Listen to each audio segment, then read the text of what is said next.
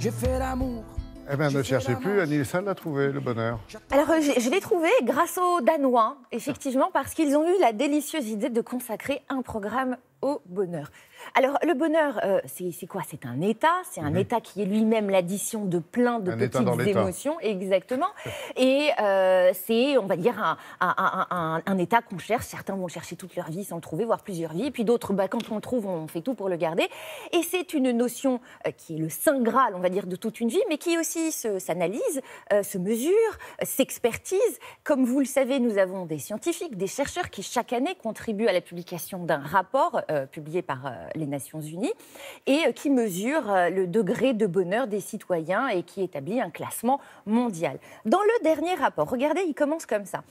De plus en plus, le bonheur est considéré comme la meilleure mesure de progrès social et l'objectif numéro 1 des politiques publiques. Il semblerait même que certains hommes politiques prennent aujourd'hui des décisions en se basant sur les analyses de ce rapport, ce qui est, disons-le, une très bonne nouvelle. Et là, les Danois ont décidé donc d'aller plus loin. Ah, tous les Nordiques, hein, exactement. Et ils se sont dit, alors, premièrement, quels sont les pays les plus heureux du monde et pourquoi? Et vous allez voir dans l'extrait qui suit qu'ils y répondent très largement.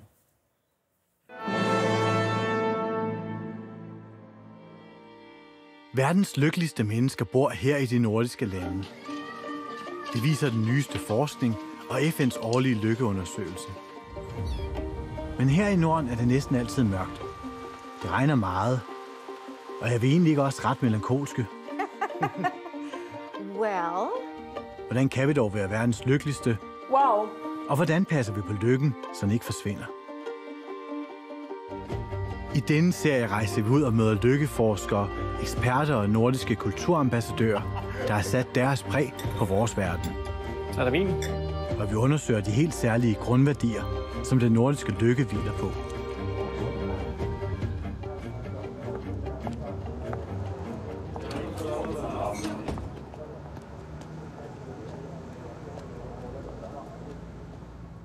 Bah oui, éloquent. Alors voilà, c'est éloquent. Et vous voyez donc le titre de ce programme, je ne vous le dis pas en danois parce que je serais totalement ridicule. La traduction... Vous ne comprendrez pas, surtout.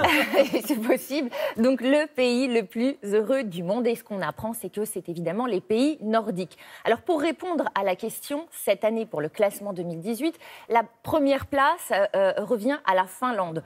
En deuxième position, vous avez la Norvège, qui normalement était toujours numéro 1 depuis plusieurs années, et arrive ensuite le Danemark, d'où leur préoccupation. Alors ce programme tient vraiment sa promesse. C'est-à-dire que nous avons une analyse précise et on comprend, on décortique, si vous voulez, les valeurs défendues dans les pays nordiques. Donc on ne va pas parler nécessairement que d'économie. On parle aussi du comportement des gens. Oui. Qu'ont-ils de différent par rapport aux autres pays européens pour qu'eux fassent partie du peloton de tête?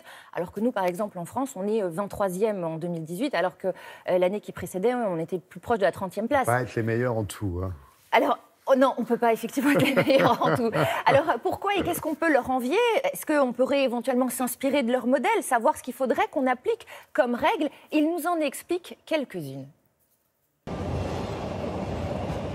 A very banal example, really, but quite literal example is that when you get on the metro here, you don't have to pass through a ticket barrier or anything. You just get on. You just get on the train, and occasionally a group of men and women might come on board and ask to see your ticket, but that's it. I mean, you try that in London. There's no way that's going to work, you know. Well, it creates a citizen with a very strong sense of social community and social responsibility. Det, der jo sker, når der er høj tillid, er, at vi kan gøre tingene billigere.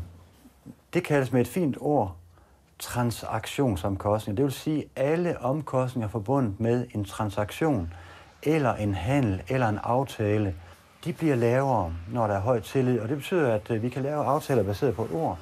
Og dermed så sparer vi jo en skriftlig kontrakt, og vi snyder ikke hinanden ved ikke at holde vores ord.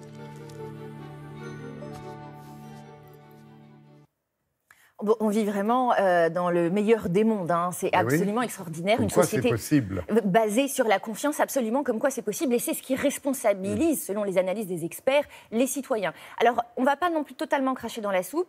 Vous voyez ce concept, par exemple, de petite cabane avec des produits où vous mettez vous-même le billet et on vous fait confiance. Il faut savoir que ça s'introduit également en France et qu'il y a certains petits villages qui fonctionnent sur ce rapport de confiance entre citoyens. Et donc, ça existe un petit peu. Ce n'est pas le modèle politique français, mais ça commence à exister dans certains villages, pourvu que ça continue. De certaines régions comme la Provence, par exemple. Exactement. Évidemment. Merci beaucoup, Anissa.